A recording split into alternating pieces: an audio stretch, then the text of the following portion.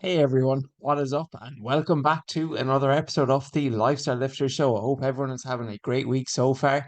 As of recording this, I am under 5 weeks out, 4.5 weeks out from stepping up on stage for the very first time in London, July 16th. I am nervous. I am excited. I feel completely out of my comfort zone. It is not something I ever would have envisioned myself to do. But you know what? What doesn't challenge you doesn't change you. Life is all about different experiences, trying out new things. And this is just something else that I want to add to my, I guess at this stage, I've been training for 10 years, 10 years actually, as of May 2013. That was when I initially joined the gym. So it's just putting everything that I've done so far into accumulation and basing everything that I've done, the presence that I can bring on stage for 4.5 weeks' time. So I'm nervous, I'm excited, but I want to share, I guess, just my approach as to how I've lost quite a lot of weight inside a relatively short period of time. I'm down about 10 kilograms inside 12 weeks. And what's funny for me is I always wondered in the past, what is the heaviest weight that I can be where I feel I have the most explosive amount of power and where I also look the best? And ironically enough, when I'm at 85 kg, for instance, I have visible abs. I still have abs, like obviously not shredded abs, but you can see definition there. Even when I got to 90, I still had some element of definition of abs. But now I guess that I'm 10 kilos lighter, I'm adding just the level of definition and my body fat percentage is significantly decreased. Interesting to me. So I started this cut with visible abs, not completely shredded abs. And now I guess 10 week or 4.5 weeks out, I've got that down to a newer level and just obviously lowered my body fat percentage and as a result increased and improved my definition and so on. So it's just funny the way the body works really that I had more body fat than I ever even realized. But that's not to say that being at this body fat level is healthy, nor do I want to stay here for too much longer after the bodybuilding show. I'd estimate I'm probably sitting at maybe 9% now. It could be off, it could be wrong. I don't really know because the excess scope of up to 3 to 7%. So imagine getting a scan saying you're 8% and you could potentially be 11%. That is a big, big difference. So I'm not sure if I will or if I will not get a DEXA scan before I step up on the stage. It would be good on one end, but at the other end, I'm just like, it's not really something I'm too bothered about. But anyways, on today's topic, so I'm 4.5. Energy on some days is higher than the others. So typically the way my day works is start the day off full of energy. I will eat my first meal roughly around 7:30 in the morning, have some coffee, get to the gym, start training by 9:30 or 10, get back from the gym, back to practice posing. I walk to and from the gym because I have to hit 14 to 15,000 steps a day. I'll have my second meal probably 1:30, and then just a meal every 2.5 to 3 hours. So say meal three would be at 4:30. I try to finish up eating by 7:30 again. I do notice a big drop off in my energy levels after that meal three. Well, particularly after my final meal there, I'm ready for bed for the last 2 hours of the day. So that is just natural. It's part of the process. I'm just accepting my comfort zone and just it's so rewarding on one end and it does require so much discipline on the other end. With all of that being said, I want to share with you, the listener, how I've actually lost, pretty much 10 kilos inside the last 12 weeks from my first ever show. And the first thing I'm going to talk about is a fat loss sprint by at the end of March. And goal is a dream with the deadline. So I moved to Dubai at the end of March and I knew that I'd be doing a photo shoot at the end of April. Okay. I hadn't initially booked the photo shoot. I hadn't booked the date, but I kind of had a date in mind there. For the first month, I was going to be rigorous with this. So I went on a fat loss sprint, very deficit, but a very, very aggressive one. So I went hard from the get-go. I spoke with this before. Coming into Dubai, my maintenance calories were probably 32 odd hundred. I dropped down to 2200 pretty much straight, 2400 and then 2200. So that's already 1,000. That's like a 33% deficit right off the bat. I then went lower from 2200 or 2400 to 2200, 2200 to 2000. And we went to the danger zone at the spoke book before. Poverty calories 1600. That week was not fun, but that's as low as I went. Okay. The good thing about fat loss sprints is it's having a deadline in place. Team, I was humming and hawing over whether I'd run a marathon. I first got introduced to David Goggins when he appeared on Joe Rogan's show, and that just changed me. It really, like, that was his first ever appearance. If you haven't listened to it, absolutely amazing. And it just really it begged for me to question all of the limiting beliefs that I was putting on myself, on my potential, and what I was actually capable of. Within 3 days, I booked the Dublin Marathon, which was about 6 months away. And all of a sudden, you just get so much more clarity when you know you have a goal, when you know you've got something to work towards, a race, an event, a deadline, something with a deadline. If you put it out there and you book it, even before you think you're ready, that is the key. I was not ready to run the marathon. I was not ready to, and I will not be ready, and I'll probably never feel ready to feed. And once you book it, your mind will find a way to work on that goal of yours. So for me, with going to Dubai and just having that end date initially of just a photo shoot, this was just meant to be for a photo shoot. I knew that, okay, I've got 4 hard weeks here. I'm going to go hard, but I know there's a finish line within sight within 28 days. That's why I love fat loss sprints. And is a calorie deficit from 3,200 to 1,600, is that sustainable? Absolutely not. But it's not meant to be. It's a sprint for a reason. A sprint is not the same as a marathon. And this is something I've really changed my mind about. Sure, going to those low calories is not sustainable, but guess what? Do you really want to be in a calorie deficit for the full 52 weeks of the year? I would argue that's also not sustainable. That there are times you want to take diet breaks. Whereas with this, with the fat loss sprint, it's kind of like incorporating both. Because the way my fat loss sprint worked was I knew that to be the first 4 weeks I'd be going hard right from the get-go, but then there's a break afterwards. And that was what I call my maintenance. Then I went up to 27, as high as 28.50 without gaining any weight at all. Okay, I did that slowly over time, rebuilt my metabolism. And then now that I'm starting this cut, I went back down and I'm only at 2,200 now, which is not that bad at all. Okay. But I love fat loss sprints much more than just being in a deficit year round. So how would this apply to your life? You know that you have a holiday you want to peak for that look your best for a social event. And it's whatever, 8, 10, 12 weeks away, 4 weeks away, whatever it might be. Let's just imagine it's 12 weeks away. You could set this up in such a way that you go 5 weeks hard. First 5 weeks, we go hard. We go into a deficit. For week 6, we take a maintenance break where we pump up a week off, we chillax, and then for the next 5 weeks, we go hard again and we take a maintenance break the week off the holidays, whatever it might be. It's just a lovely way to navigate being in a calorie deficit and actually having breaks in between. So it's not just too monotonous. And number two, most importantly, so you don't encounter metabolic slowdown or metabolic adaptation where your metabolism will just naturally slow down and get accustomed to the low calories. That fat loss sprint, knowing that there was an end date in mind. The maintenance break was a real welcome reward because it allowed me to increase my calories again. And I've done it before. It's happened 2 consecutive years ever since I've done a photo shoot where I actually lost weight when I increased my calories after the photo shoot and looked a bit better in the period after it, even though I was eating up and if something similar happened with the bodybuilding show. But that is the first thing. Fat loss sprints, highly recommend them. Number two is nutrition. I spoke about in last week's show, meal prep. Honestly, such a game changer. Such a game changer. How many of you listen to this? Do you get home from work and you have some meat there, or there's something in the fridge, something there ready to cook? No other option but to cook it, you'll cook it. But what I bet you'll do is, as you cook it, you're snacking on nuts, you're snacking on chocolate, you're snacking on anything you can get your hands on in the kitchen because naturally enough, you're hungry, you're hungry, you're stressed out after work, you just want to wind down. Or at lunchtime, and you're going out for lunch, and maybe you're eating from a deli. Maybe you're eating quote unquote healthy foods of 1,000 calories. Meal prepping, it just makes everything so much easier. So analyze your week, decide when you're able to cook. Will you have the discipline and the willpower to cook at that time? And are there times when you need to have some meals so you can have something quick to tie you over and so you can also perform your best too? Okay. You're given if you had a salmon and vegetable and lunch versus something like a chicken fillet roll. Okay. So the type of food you eat matters. And for me with meal prep, I'll always base it around my lean protein as I spoke about last week.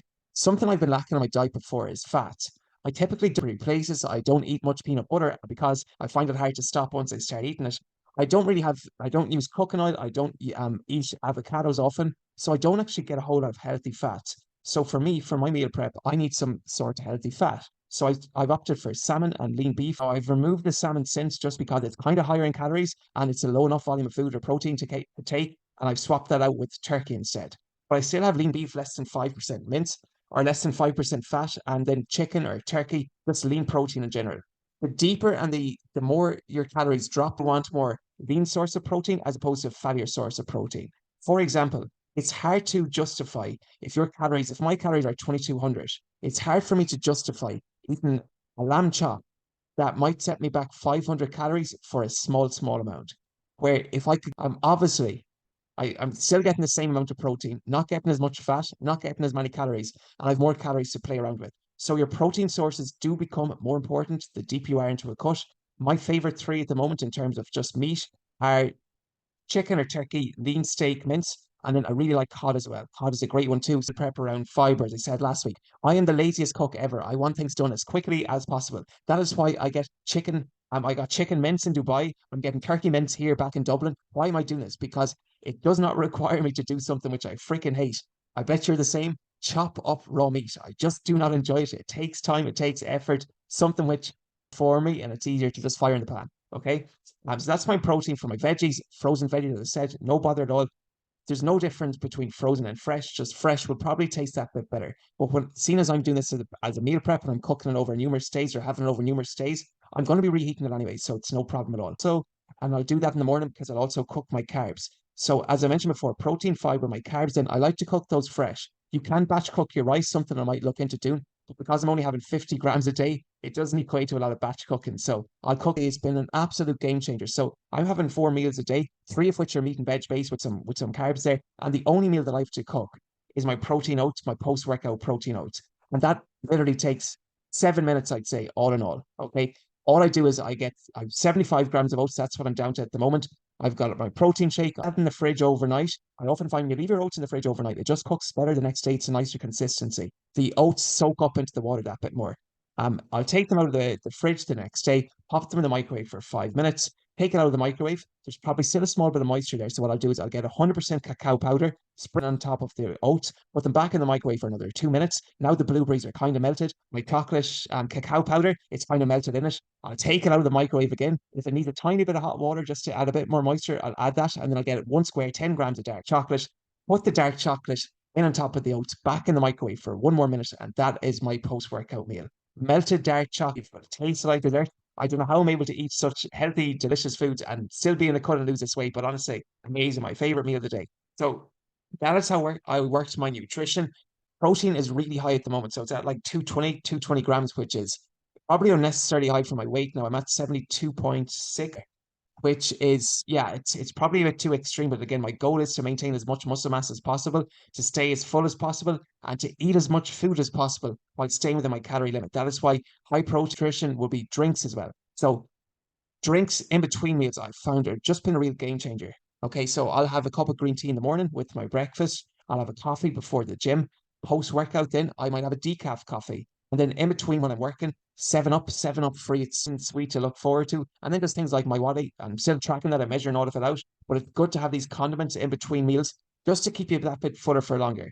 So drinks have been a real game changer for me. I'll recommend everyone. I mentioned to one of my clients, Brendan, and I'm looking at his food diary and it's going good. I'm happy with his protein, happy with his fiber, but I'm seeing like approach for him because he's sometimes has a hard time winding down at night. No surprise. So that was a tip that I gave him to opt for decaf over just normal coffee after maybe 12 midday, just so it doesn't impact your sleep. But decaf coffee in general, it is a great way. Would highly recommend it for anyone looking to suppress your appetite over for an hour before your next meal. Okay. And then finally, so I noticed this off my cat, Blackie. What has this got to do with food? Whenever we let Blackie out in the morning, the first thing he will do is he'll run for his bowl, my cat, and he'll run for his bowl because he knows it's time to be fed. Then he usually we live in the main road, but we live off my home house in Galway. There's a side road and it's a quiet side road, and he'll usually go through the fields and go back there, but he'll come back then around midday. He'll pop up on the windowsill outside the kitchen because he knows again it's time to be fed. Once dinner time happens, back at home, 3:30. Where's Blackie? He's on the window again. All right, he's looking in, he wants his food, and then he'll ask for something else around half 6, 7 o'clock. What Blackie doesn't realize is he has an unconscious eating window and eating scale. Times that he wants food, with the times that he wants his meals, his food. And I think it's a good approach for most people to try to set up your meals and have your meals at the same or similar time every single day. It just works well for your body clock. It works well for you knowing you're getting something in every maybe 3 odd hours. And try not to go, 4, 5, 6 hours without eating anything. Because often happens, I'll ask them for a food diary, and it often might look something like this. Breakfast in the morning before work is porridge. That's at maybe 8 o'clock. They might have lunch at 1 o'clock, and that's like a bowl of soup and maybe a sandwich. And then from lunch until by the time they get home for dinner, 6 o'clock, 6:30, 5.5 hours without eating anything.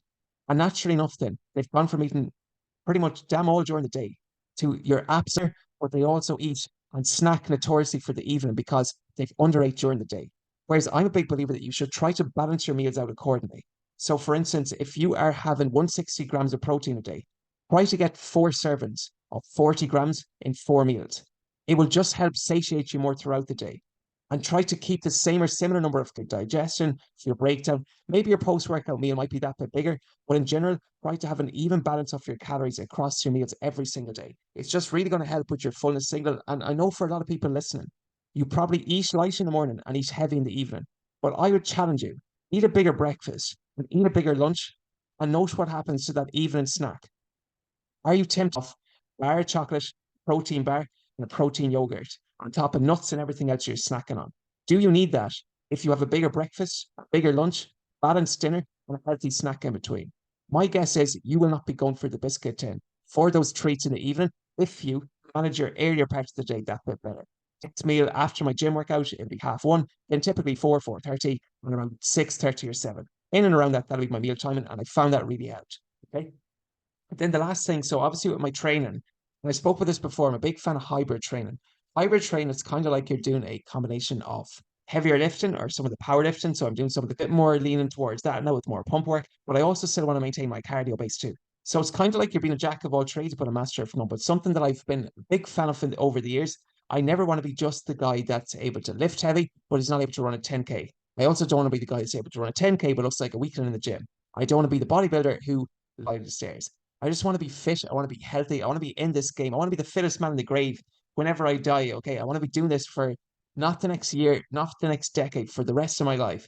Okay. And that is why I like incorporating some strength work, some pump work. That's because some of the running, some of the cardio that I was doing has been quite taxing. Like running, it is not the most joint friendly form of cardio, but it's something I want to keep up. But I've had to scale that back now to just one run a week as opposed to two or even three.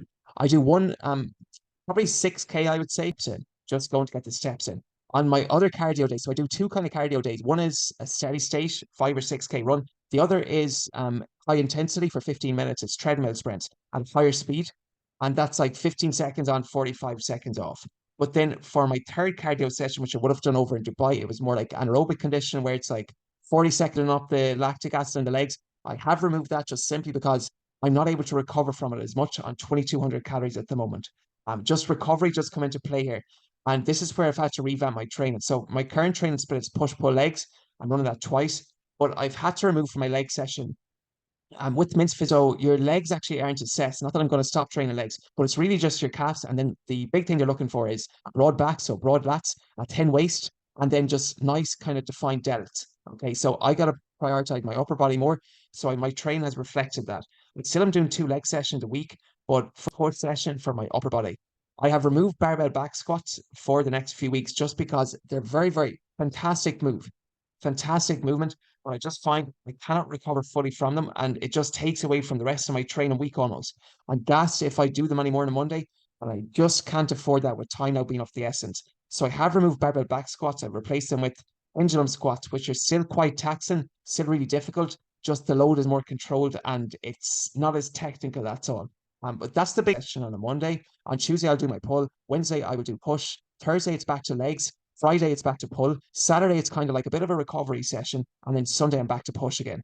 And that is it. So running each body part, push, pull legs 2 times a week with one cardio session and one kind of recovery day. I found that's helped with me getting enough volume in while managing my recovery as best as possible. Managing my recovery as best as possible. It is taken to do is I actually have to scale back on my volume.